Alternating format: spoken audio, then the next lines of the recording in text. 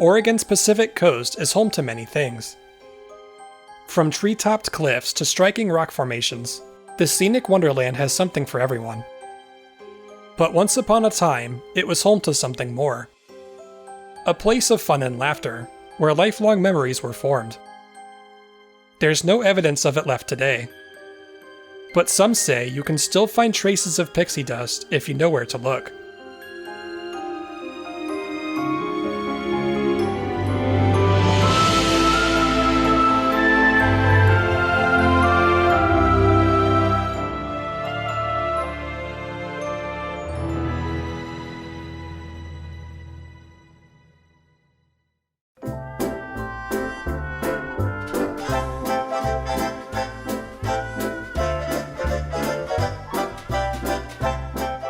Our story begins with Jerry and Lou Parks, two childhood sweethearts who were wed in 1935. Both of them had a strong entrepreneurial spirit, and in the coming years, they worked a variety of jobs and started up numerous small businesses. With the onset of World War II, Jerry joined the shipyard workers at Willamette Iron and Steel Works in Portland, which constructed dozens of naval ships for the US and British navies. Shortly after the war, in 1946, Jerry and Lou moved from the big city out to the coast. They purchased a seafood restaurant called the Crab Broiler, which was located at Cannon Beach Junction near Seaside.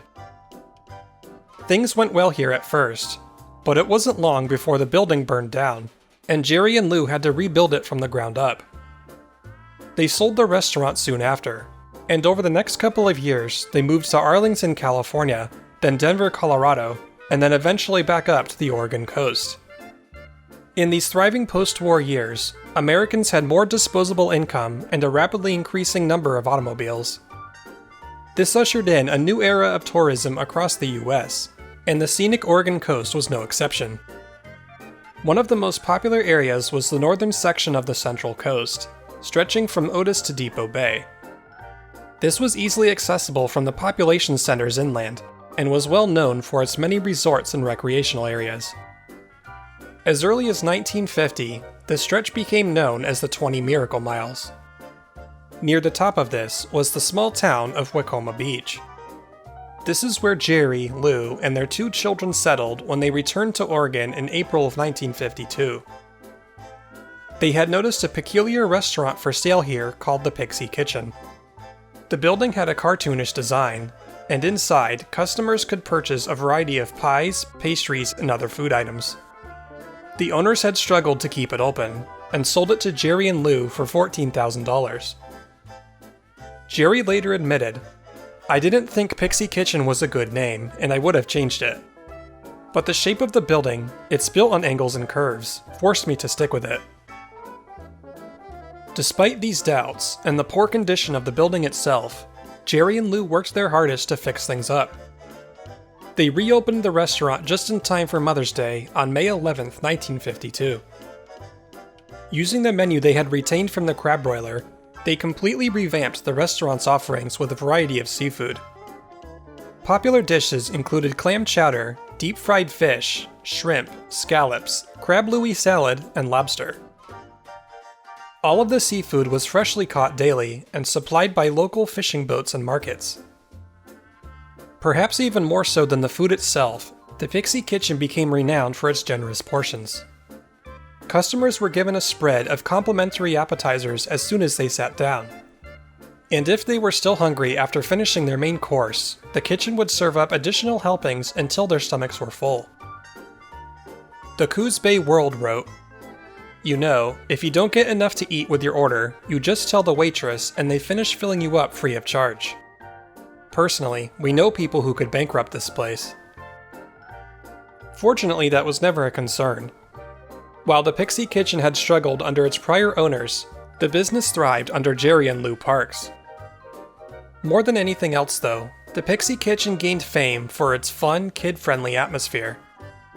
Jerry and Lou went all out to decorate the place with cartoony signage and menus featuring the namesake pixies. The characters were designed by Jerry's friend and famed local illustrator Mo Martindale. He had worked on many ad campaigns for the 20 Miracle Miles, and had recently designed the logo for the minor league baseball team, the Portland Beavers. His signature style was a perfect match for the Pixie Kitchen, and this would carry over into its advertisements, menus, and signage. Children loved the small touches too. Each dining table had a glass display box built into it, with sand, seashells, and miniature Pixie figurines. A great example of the restaurant's playful humor was a pair of funhouse mirrors at the front door. When guests entered, they'd be greeted with a skinny reflection and a sign that said, "You look hungry." On the way out, another mirror with a wide reflection would say, "Guess you had enough." The Oregonian noted that, "One thing we quickly learned was that Mom and Dad can relax in the Shell Room cocktail lounge while a competent waitress serves the kiddies." This restaurant, when selecting a waitress, demands that she have a genuine liking for children. This is obviously part of the big secret of the Pixie Kitchen's fabulous success, because we notice the girl's sincerely friendly manner with the children. Among these waitresses was Jerry and Lou's daughter, Sharon, who had started working in the prep kitchen and waiting tables at just 11 years old. It was fun. It was just a lot of fun. One thing Dad always let us do was we could have all the soda pop and stuff we wanted. So we did that, of course, and we could eat whatever we wanted. And of course, I liked pie and ice cream a lot. But anyway, the kids were just, I don't know, everything was family. And we used to take the babies and walk them around. If the baby cried, we just asked the mom if we can we just walk the baby? And they'd say, sure, take it, So, and the waitresses were the same ones for years and years and years. So were the cooks. Most of our employees never left. If we could keep them all winter, we would. We'd find jobs for them and things. So the help was fun. They were all like my moms, I guess, because I was the young one. And they all looked out for me, and waiting on kids was the thrill, because they were fun, and our whole thing was to make it fun for the kids. The restaurant's friendly staff and fun theming clearly paid off. Long lines out the door were a daily occurrence, and customers were encouraged to call ahead and make reservations. This steady cash flow allowed Jerry to expand the building multiple times to accommodate more guests. As he later said, "You make people happy, and that register takes care of itself." While business was good, it was also very seasonal. The cold and rainy coastal weather kept most tourists away for a good portion of the year, leaving a peak season of only about 5 months. Even still, the restaurant was open year-round, and there were never any concerns about paying the bills. In a matter of just a few years, the Pixie Kitchen had grown into one of the most popular destinations on the Oregon coast.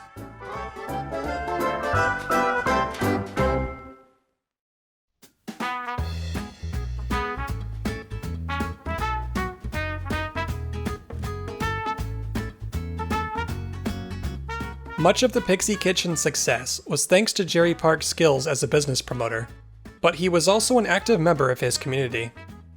He formed countless friendships with other local business owners, and in turn, they happily referred their customers to the restaurant. The small community of Wacoma, where the kitchen was located, was right alongside the neighboring town of Ocean Lake. By the spring of 1955, officials were discussing plans for Ocean Lake to absorb Wacoma. Many residents were skeptical, but Jerry was an outspoken supporter of the idea. This would give them access to better services, like a new sewer system, which the Pixie Kitchen and other businesses desperately needed. Voters approved the annexation in June of 1955, creating a newly expanded city of Ocean Lake. Seeing the impact he could have on his community, Jerry joined the city council and became more involved in local matters. By the early 1960s, Ocean Lake was growing quickly, but so were its neighbors: DeLake, Nelscott, Taft, and Cutler City. Similar to the Wacoma situation, Ocean Lake itself was now being considered as part of a 5-way merger into one combined city. While these discussions were going on, numerous improvements were being made to Highway 101 along the coast. The route had originally been completed through Oregon in the 1930s. But by the end of World War II, standards in highway design had greatly improved. Work was soon underway to rebuild numerous sections, making the roads straighter, smoother, and safer. One of the most anticipated projects was just north of the Pixie Kitchen, between the communities of Otis and Neskowin. This slow, windy segment would be replaced with a new alignment that would cut 5 miles off the trip. There was growing speculation that a similar project would detour the highway around the 5 cities completely. Traffic congestion was notoriously bad through this stretch, so by rerouting the highway along the east side of Devil's Lake, drivers could bypass the area without needing to crawl through this string of towns. While it may have been a good idea on paper, this was very concerning to local residents. Their shops, motels, and restaurants relied heavily on tourism, so having the highway pass through their communities was crucial. The Pixie Kitchen itself was right along Highway 101, and Jerry Parks knew the business would be jeopardized if the bypass was built. As his involvement with local matters grew, Jerry decided to run for mayor of Ocean Lake. Running unopposed, he was voted mayor on November 6, 1962. Just the kind of person he was, mainly because he was political in a sense that he really wanted to see the area grow. That's probably why he did that, to come up with some ways to advertise and to get, I don't know if you know about the signs coming all the way from Salem and all the way from Portland. He did billboards all the way from Salem, all the way down, big ones. You're on your way, Pixies are ahead, and they were all animated and just terrific signs. And children, they weren't animated. I don't mean they moved. I just mean they were colorful, and at the bottom of each one, it would say how many miles more or how many minutes more. And the parents always told me we didn't want to eat here again, but our kids kept yelling. So we had to stop again, because they always had to eat there because the kids would get so excited reading all those signs. Even as he promoted his own business, Mayor Jerry Parks made several improvements to Ocean Lake as a whole. The city combined its police department and other resources with those of nearby DeLake and Taft. This allowed these agencies to run more efficiently while reducing costs. Jerry was also a major advocate for merging the neighboring cities together. He saw this as a way to give the community a stronger collective voice in political matters. In an interview with the press, he said, "I think the chances are very good, I truly do. As one city, we'll have a solid block of votes, and we won't be easy to bypass by the state or federal governments." But even in the midst of his political work, Jerry continued expanding the Pixie Kitchen. The wait times for a table were only getting longer, often 45 minutes to an hour. Jerry and Lou felt that kids and their parents needed something to keep them entertained while they waited. Jerry had attempted to solve this problem back in the 1950s. He enlisted Mo Martindale to design an elaborate display behind the restaurant, and longtime employee Jim Peters to build it. This featured moving wooden cutouts of pixies, mermaids, and other characters in a whimsical scene of fun and fantasy. Not only did this entertain families who were waiting for a table, but diners could watch it through the windows while they ate. Needless to say, this backyard display raised the bar for the restaurant's theming, and it was a huge hit with guests. Now in the fall of 1963, Jerry announced that he would expand on the idea. Using a few acres of land he had recently purchased behind the restaurant, he would soon build a larger amusement area called the Pixie Garden. Meanwhile, the stretch of highway between Otis and Neskowin was finally completed, along with a new interchange with Highway 18. While this improved travel times considerably through this section, it also reignited discussions of the city bypass. In reality, this project would be several years off if it ever happened at all. But with everything Jerry and Lou had poured into the Pixie Kitchen over the last 10 years, they didn't want to take any chances. In 1964, Jerry purchased 57 acres of farmland north of town for $75,000. This property was wedged right in the new intersection of Highways 101 and 18. Now if the highway was ever diverted away from the Pixie Kitchen, he could move it to this new location and keep a steady stream of customers.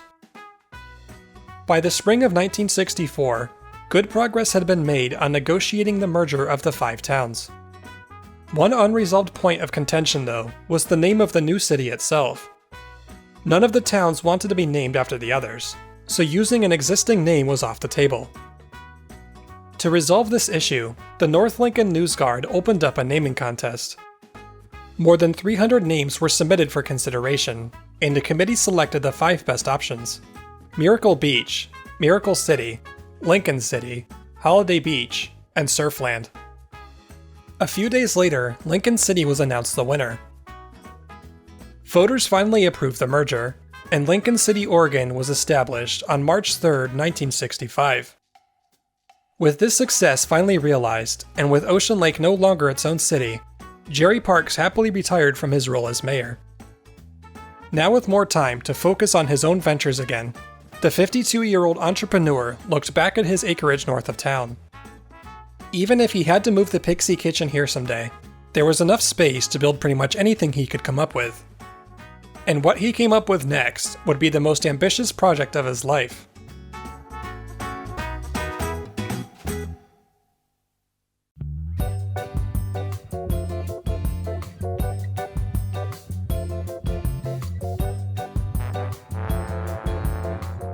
When Jerry announced his plans for the new entertainment area behind the Pixie Kitchen, the Capital Journal made an interesting observation. It said, "If the public likes the idea, Parks may eventually expand the Disneyland-type show to cover a big chunk of the 3.5 acres behind the restaurant." The famous Knott's Berry Farm had a similar beginning. Knott's Berry Farm was a budding amusement park down in Buena Park, California. It had started out in the 1920s as a roadside stand selling berries and pies, and in the coming years it grew into a full-blown restaurant. To keep guests entertained while they waited, a replica Wild West town was built, and by the early 1960s it also had a narrow-gauge railway and an impressively themed mine train ride. Meanwhile, Disneyland was just a few miles down the road in Anaheim. While it shared many similar core concepts with Knott's, it was designed from the ground up to be a major amusement park. And when it opened in 1955, it set a new standard for how these parks could immerse their guests with elaborate theming. While Walter Knott and Walt Disney had developed similar ideas at a similar time and place, they had a cordial relationship and took inspiration from each other's work. There was no guidebook for how to create these kinds of theme parks, so they made things up as they went along, and helped define a whole new industry in the process. While the Pixie Kitchen was minuscule by comparison, many people saw its potential to be developed into something more. Jerry Parks later said, "I know that the ocean and the Pixie Kitchen is not enough. People ask, what will we do at the beach? Well, they pick up agates, go deep sea fishing. Then what? Now we want to create more fun things for people to do." By the time he retired from the mayor's office in 1965, Jerry was already dreaming bigger. Rather than expanding the Pixie Kitchen's backyard display, he would develop an amusement park on his much bigger land plot north of town. He soon took a trip down to California to visit Knott's Berry Farm. Here he studied the park's design firsthand and gathered ideas. While his property in Otis was in a prime location, the land itself was not well suited for development. It was right in the middle of the Salmon River estuary, a marshy wetland at the confluence of the river and the Pacific Ocean.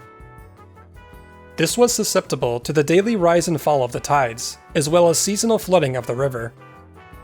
Making the land suitable for development would be a major project in itself. An old abandoned lumber mill was removed, and Jerry hired construction crews to build a large dike around the property. The water was drained out and the land was filled in. Ponds and canals were dug out for future attractions. In the fall of 1966, Jerry visited Disneyland to study its revolutionary design and theming. He also visited a newer park called Six Flags over Texas. Six Flags was one of the first theme parks inspired by Disneyland, but it offered its own unique experience with plenty of local flair. Having gathered his inspiration, Jerry finally made the announcement to the public in November of 1966. Lincoln City would soon be getting a $2 million amusement park of its own, and it would be called Trails End. Similar to the Wild West theme of Knott's Berry Farm, Trails End would take inspiration from 19th century scenes of the Oregon Trail and early settlements in the Pacific Northwest.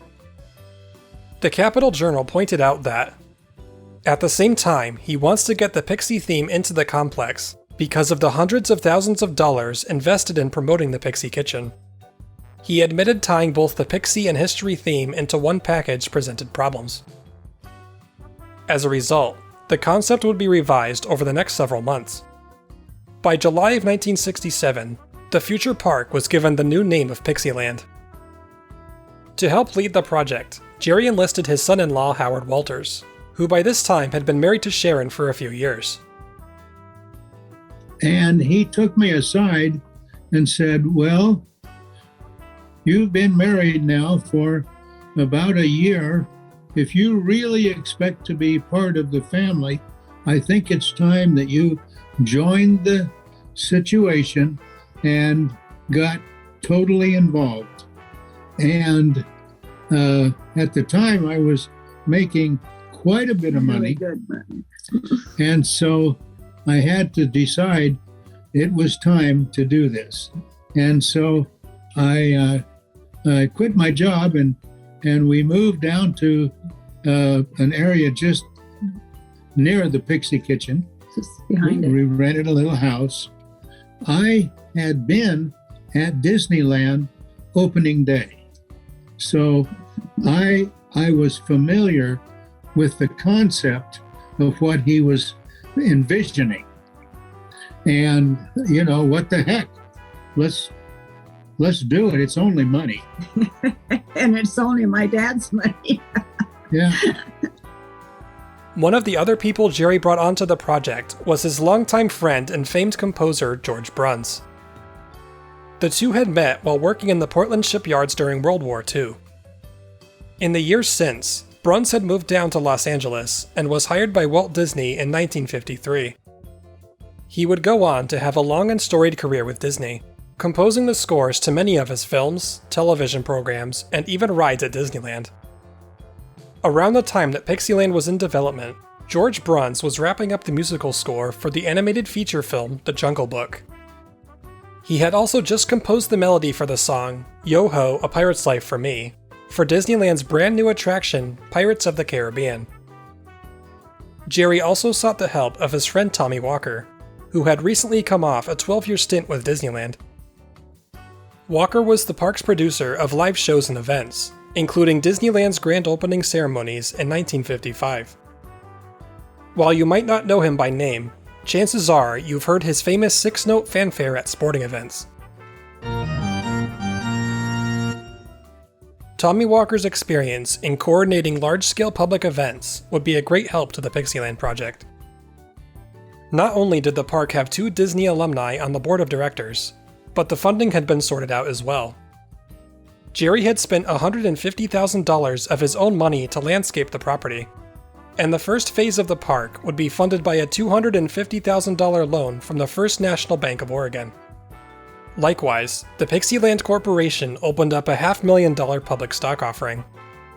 This was offered exclusively to Oregon residents, who excitedly bought up the entire lot of shares in just 3 weeks. Things were soon ready to get underway, and groundbreaking took place on October 10, 1967. With shovels in the ground and pixie dust in the air, Pixieland was on its way to becoming a reality.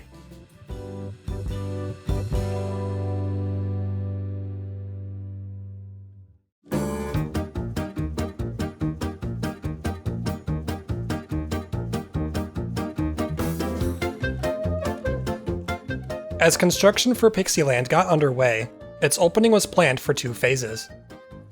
Phase 1 was slated for the spring of 1968, and would feature only a handful of the planned rides and attractions. Chief amongst these would be a 2-foot gauge steam train, manufactured by Crown Metal Products in Wyandotte, Pennsylvania. This featured a coal-burning scale replica of a Civil War-era steam locomotive named Little Toot. Much like Disneyland, the Pixieland train would ride around the perimeter of the park. In fact, much of the track was built along the top of the dike that protected the property from flooding. A portion of this loop would be built on a wooden trestle over Pixieland's own RV park. The wave of tourism in the 1960s had brought the newly popularized trend of recreational vehicles. Sites for campers and trailers were popping up all along the coast, and Pixieland would offer 121 spots for guests to camp right outside the park. This was fully featured with its own playground, rec room, laundry facilities, and an indoor swimming pool. The 11-foot-high train trestle passed over the RV park and led to the station on the second floor of the main depot building. This also housed a restaurant on the upper floor and a gift shop on the ground floor. In addition to the train, Jerry added other small attractions as well, including a carousel and a few carnival-style kiddie rides. After 9 months of painstaking work, Pixieland opened its gates for the first time in July of 1968. It was just a pretty meager opening.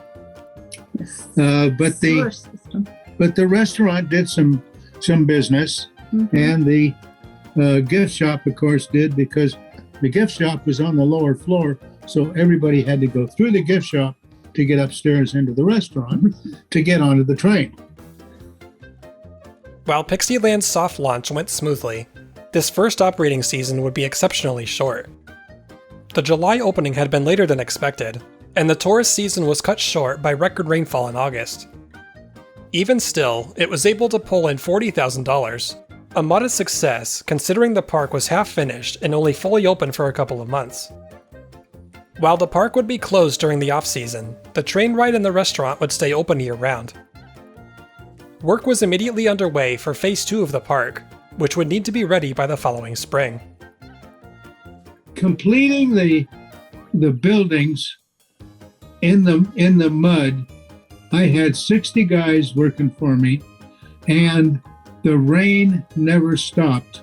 And in the 8 months that it took us to put it together, we had 148 inches of rain. That's 12 feet 4 inches. Some guys just had to quit because of the situation. It was like a war zone. Despite the grueling work, exciting new additions began to take shape. The biggest of the Phase 2 attractions would be a new log flume ride. In the late 60s, log flumes were still a very new concept, with the very first examples only being built within the last few years. The concept was introduced by a powerhouse in the industry, Aero Development. Their first log flume had debuted in Six Flags in 1963. When Jerry had visited the park 3 years later, he immediately contracted Aero to build a log flume for Pixieland. Another major development would be the Old West buildings of Main Street. This was a carryover from the original Trail's End concept. Among the attractions here would be a penny arcade, shooting gallery, newspaper print shop, and candlemaker's shop. Nearby would be the large opera house, sponsored by Bluebell Potato Chips in Portland. Here local performers would put on a variety of concerts and stage plays. Many of these actors were college students from around Oregon, and this provided a fun way for local talent to get involved in the park. A few more kiddie rides were also added in this phase.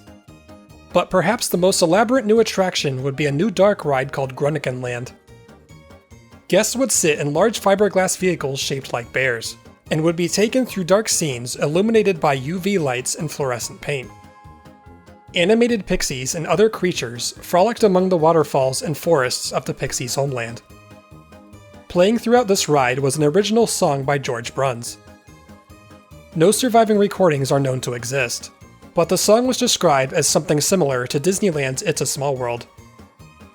Grunikenland may have also been inspired by Spelunker's Cave at Six Flags, a similar dark ride full of unusual animated creatures.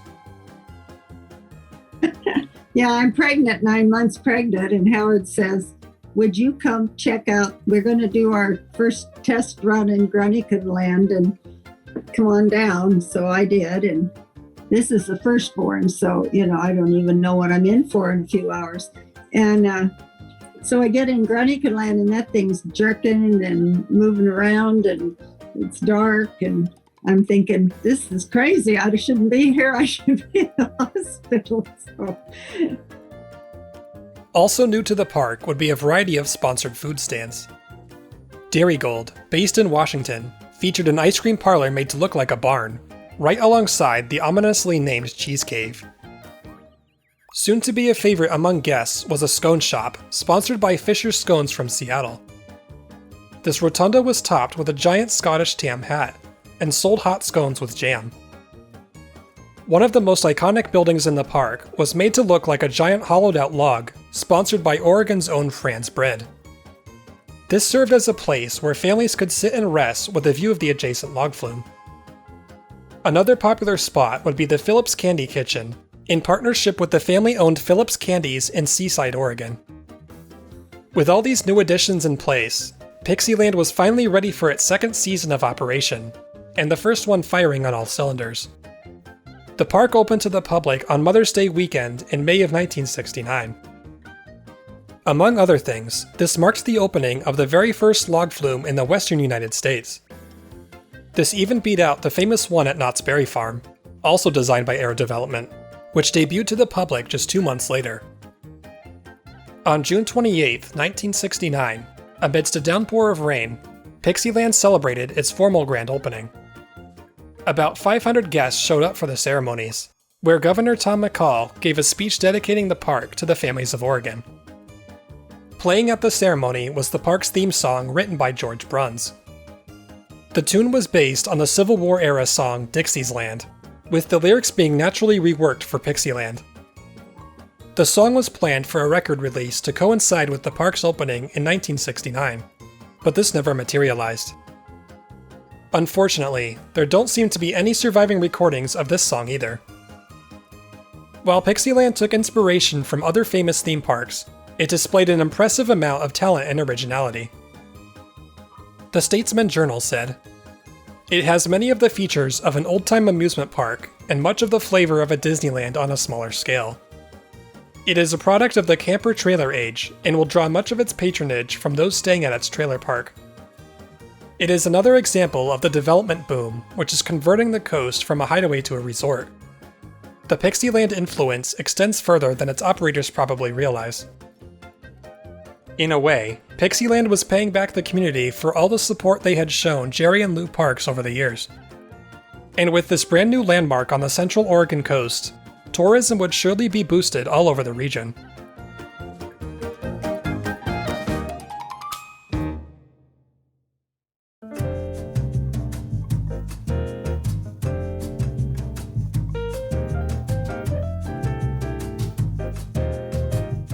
As Pixieland reached the end of its 1969 season, it seemed like the bold experiment had paid off.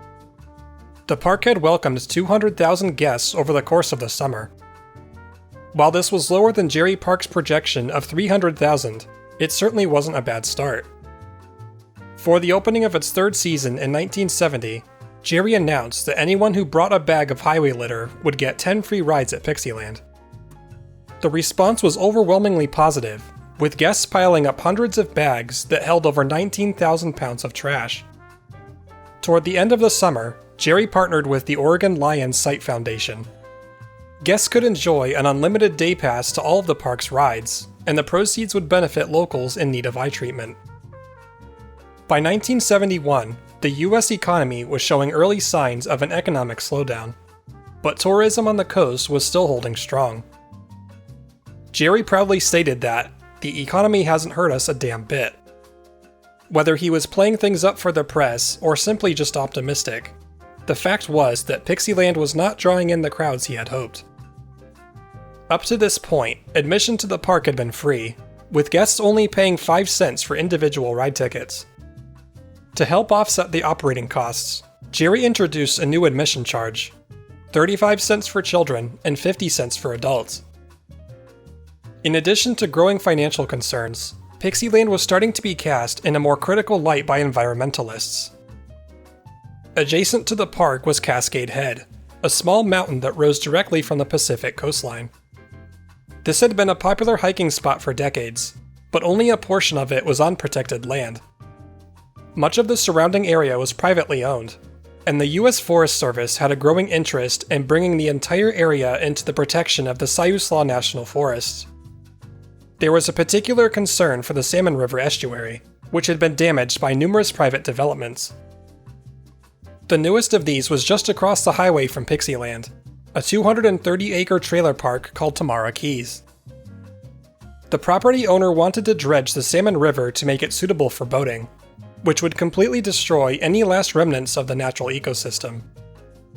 As a result, the efforts of conservationists kicked into high gear to prevent this from happening. As the Statesman Journal reported, those who long for the good old days of Oregon the Beautiful should trek through Cascade Head Scenic Area and up the Salmon River. What's there? Just about everything that a true conservationist could hope for. But the area is feeling the pressure of commercial encroachments that might do untold damage that can never be repaired. Of course, Pixieland itself had played a major role in damaging the estuary. But as the U.S. Forest Service moved forward with their conservation efforts, they assured property owners that any existing developments would not be affected. The Forest Service started Confiscating land. They were bugging us, and they had people on site doing evaluations, and these guys were genius at making you think that they were good for you, and their whole plan was to steal your property. If this wasn't concerning enough, the Oregon coast was now starting to feel the effects of the economic downturn more strongly. Tourism was slowing, but the Pixieland RV Park introduced a new business model to combat this. In addition to the overnight campsites, they would now offer more permanent spots with affordable 30-year leases. Many people took up the offer, but it wasn't enough to change the course of the park's financial situation. By the spring of 1973, Jerry was negotiating a buyout from an out-of-state agricultural firm. This would give Pixieland some much-needed financial stability, but the deal fell through just a few weeks later. At this point, it was public knowledge that the park was not only struggling, but it had never made a profit in the last 5 years of operation. Unfortunately, the situation would only get worse. An international oil embargo in late 1973 sparked a historic gasoline shortage in the United States. Many people stopped making the long drive to the coast, and local businesses struggled. Pixieland itself had actually operated a gas station on the property since day one, and like other local stations, they continued to operate on a limited basis. One of the things we had was a gas station out in the parking lot. We had a railroad caboose delivered to us, and that was the house for the gas station. And I had my girls dressed up in blue shorts and red and white striped tops. And everybody enjoyed buying gas. And these were pretty girls. And that was fine. And then the gas thing hit, and we could see the ships that anchored offshore loaded with gas, and the whole thing was political. As these political challenges carried on, Pixieland reached the end of its last full season on September 2nd, 1974. Immediately after this, crews began taking apart the log flume and train ride, which were both being sold to an amusement park in Utah. This sale would eliminate a good portion of Pixieland's debt and allow it to keep operating for a little while longer. But this would also leave the park without two of its signature attractions. Meanwhile, Oregon politicians pushed for legislation to preserve the natural habitat surrounding the park. In December of 1974, President Gerald Ford signed into law the Cascade Head Scenic Research Area. Over 9,600 acres of land, including the Pixieland property, were now under the purview of the U.S. Forest Service. They were looking at a topographical map of the region. And they're looking at the map, and somebody finally made some kind of a comment what is that square area there? And some guy said, I think it's a carnival. The head guy apparently responded and said, well, we can't have a carnival in our Cascade Head area. And he took a pencil and put an X there, and that's where we got taken out. This change in land management now meant the park's days were numbered, but by this point it was already on its last legs. Even with rides being sold off, it was still over $1 million in debt. By 1975, the dream of Pixieland officially came to an end. What had started as an ambitious goal to build a Disneyland of the Northwest had barely limped through 7 summer seasons.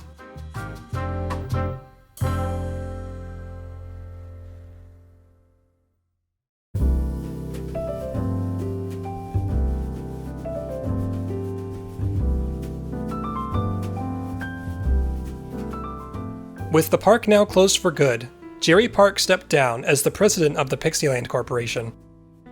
Under its new management, the company set out plans to redevelop the property into something that could actually turn a profit.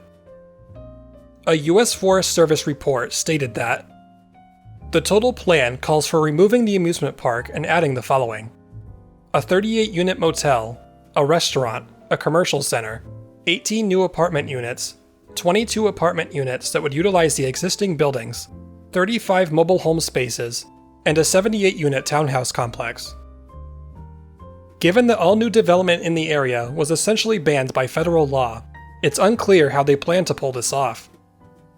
The Forest Service informed the company that if they moved forward with these plans, the government would condemn the land and take ownership of it completely. Despite this warning, the company planned to move forward anyway. Meanwhile, business had remained fairly steady at the Pixie Kitchen. As a separate business from Pixieland, it was shielded from the financial woes that were happening just a few miles up the road. For the last couple of years, the restaurant had been managed by Jerry and Lou's friend, Harry Smith. With the restaurant in good hands, they sold it to Smith in 1977 and settled into their retirement. By this point, the Pixieland Corporation could no longer pay its taxes and was under investigation by the state. The U.S. Forest Service offered $500,000 for the property, but the company wouldn't give it up for any less than $1.5 million. By the end of 1978, the Pixieland Corporation had dissolved entirely. The Forest Service acquired the land in the summer of 1980. Neighboring property owners were having their farms and homes taken out from under them as well, which in many cases had been in their families for generations. In a way, this reflected an identity crisis that Oregon was facing on a broader scale. The 1970s had not only seen the rise of environmentalism, but also a surge of new residents and businesses moving to the state. Protecting Oregon's natural resources was a top priority, but this often came at the cost of economic growth. No one understood this challenge more than Governor Tom McCall. His 8 years of leadership encompassed the entire lifespan of Pixieland, and during this time, Oregon saw some of its most progressive new environmental laws. While McCall was widely praised for these efforts, his critics accused him of stifling commercial and industrial development. McCall always made it clear that he supported Oregon's growth. He just wanted it to be done carefully and strategically. While the Cascade Head project wasn't his work personally, it did leave the community of Otis asking many of the same questions. Should private properties be allowed to damage the natural ecosystem that made the area so beautiful? Was protecting a natural area worth evicting longtime residents from their homes? It wasn't just us. They took all the farmers' land, they took homes, they took all kinds of developments. There was a big development up on Cascade Head with beautiful new homes overlooking the ocean that all got, I don't know if they ever got to keep their homes. We were not allowed to cut a tree. We weren't allowed to make any, I don't even think we could paint our house. We weren't allowed to do anything to our home, which was on the hill as well, but not that high up like Cascade Head. We were on Cascade Head. Yeah, well, we were, but we weren't up very high, And the rest of them were up on the top. We just, they just took everything. They took our home and left us in limbo for I don't know how many years. We were 8 years in Astoria. It took us 16 years to sell our house. To sell our house because nobody wanted to get involved with the Forest Service. They were afraid to buy it. They didn't know what that would mean. So there we were with double house payments for years. While the U.S. Forest Service was snatching up properties left and right, they chose not to bother with the former Pixieland RV park. There were still about 40 residents living there with long-term leases, so this portion of the property was left alone. However, the investment firm that now owned the property shut off the utilities and essentially abandoned the residents on site. The small community banded together to restore the utilities and fix up the property themselves. In August of 1982, they were successful in taking collective ownership of the RV park. I got them all together and I said, you guys want to own this? I'll give you each a 30-year lease for $1. And they just jumped on that because I knew that the Forest Service would not want to deal with 121 different people. I just did whatever I could to foul up the Forest Service because they were fouling us up. Meanwhile, right next door, the old buildings and rides of Pixieland were rotting away in the harsh coastal climate. People snuck onto the property to vandalize the buildings and steal merchandise that had been left behind. The scenes of the abandoned park, at times equally sad and disturbing, stirred a mix of emotions. The buildings were finally torn down a couple of years later in 1984. As the Oregonian reported, the Forest Service is seeking bids to clear away the dilapidated buildings, which are overgrown with a tangle of blackberry bushes. A make-believe world of arcade games, rides, giant candy canes, and melodrama created in 1969 is about to vanish. Improvements were gradually made to the Salmon River estuary over the next several years. In 1991, the RV park was sold to the U.S. Forest Service, bringing the entire original property into the scope of the restoration efforts. Ecologists were excited about this rare opportunity to restore the estuary wetlands. Many of these habitats in the Northwest had already been lost, so being able to reverse the damage to the Salmon River was seen as a major victory. However, the Pixieland property itself would sit virtually untouched for another 16 years. It wouldn't be until 2007 that substantial work would finally get underway. The first phase would focus on clearing invasive plants and tearing out any remaining infrastructure. The buildings and rides were long gone, but there were still plenty of remnants buried in the brush. The Oregonian wrote, "Eventually, workers cleared close to 40 acres of blackberries and secrets began to emerge. The moss-covered pilings that supported the log flume. The outline of a swimming pool in the middle of what was the RV park. This work was so extensive that it would ultimately take 2 years to clear everything out. The next phases took place through 2010 and 2011, where the fill dirt was removed and the dikes were broken down. After more than 40 years in its damaged state, the tidal marshland could finally begin the process of healing itself.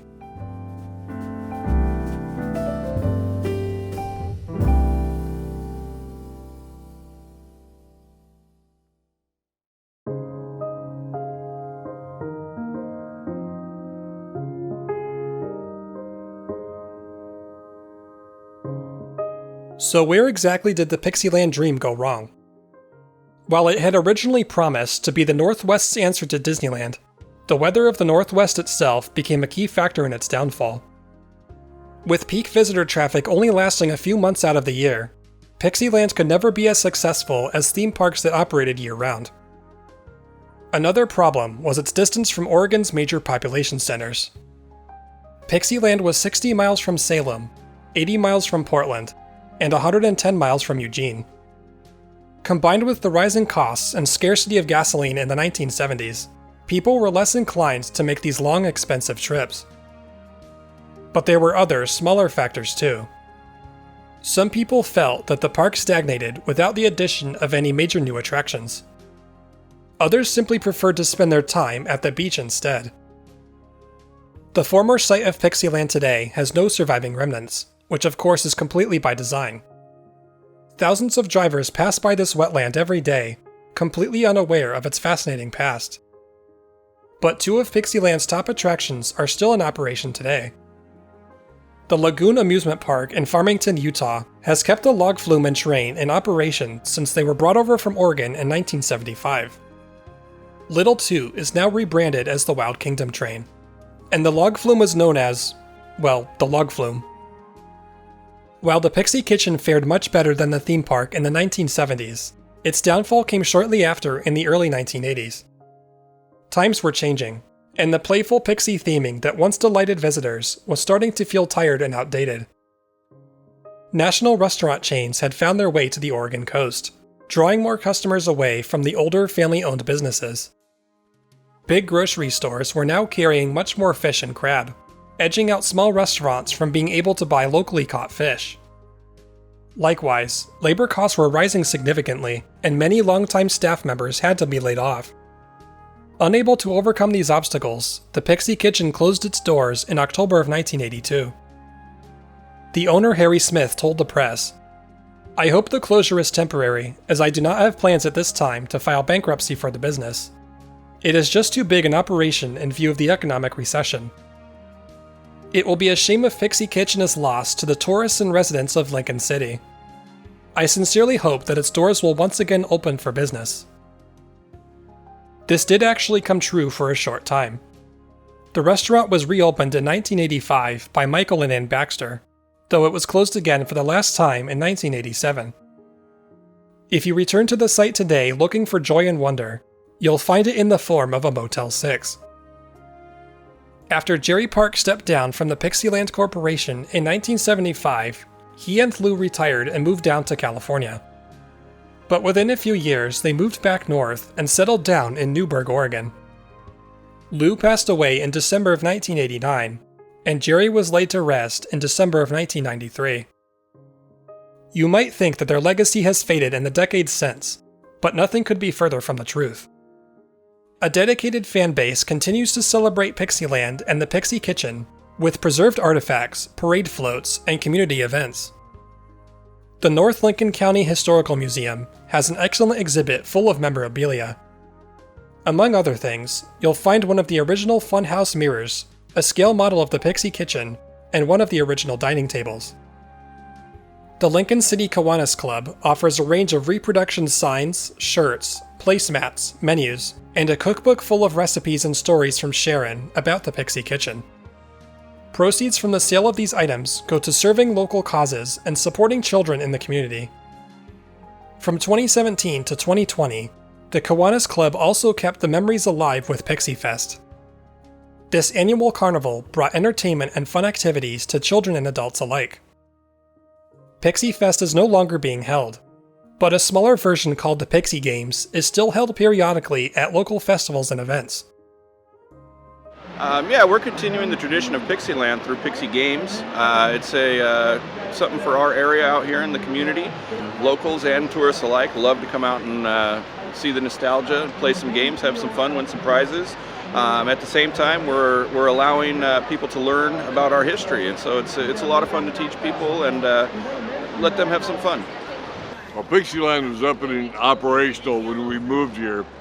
We had the good fortune to have two of our sons have birthday parties out there, which was kind of unique. Fun place to go. The log flume was the big attraction, along with the train that went around the entire park. Lots of other activities.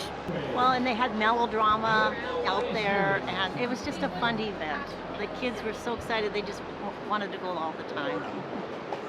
My favorite memory of the Pixie Kitchen are the mirrors. When I used to walk in as a little kid, I would be walking down up into the restaurant and they'd have all these mirrors just all lined up. And then when you walk in, they're all really make you look skinny. And then after you eat, you walk out the other side and all the mirrors that were lined up made everybody look fat and tall and really big. What I remember most is I did a lot of advertising for Pixieland. I worked for KBCH Radio at the time, and every hour, 4 times an hour, you would hear this Pixie whistle come off on the air. People were so irritated with that overall sub. My favorite memory of Pixie Kitchen was taking my son there when he was little. He's now 40 years old, and he loved it. I remember the tables because they had the Pixies all over them, and he was just thrilled with that. We enjoyed the food. Everything was perfect. Town was quiet. Not like the Kite Festival today, but yeah, I loved it. Even with all the years that have passed, the lasting impact of Jerry and Lou Parks is undeniable. They found novel ways to make their neighbors' days a little brighter, and created memories to be cherished for a lifetime. And in the end, that's the best kind of legacy we can all hope to leave behind.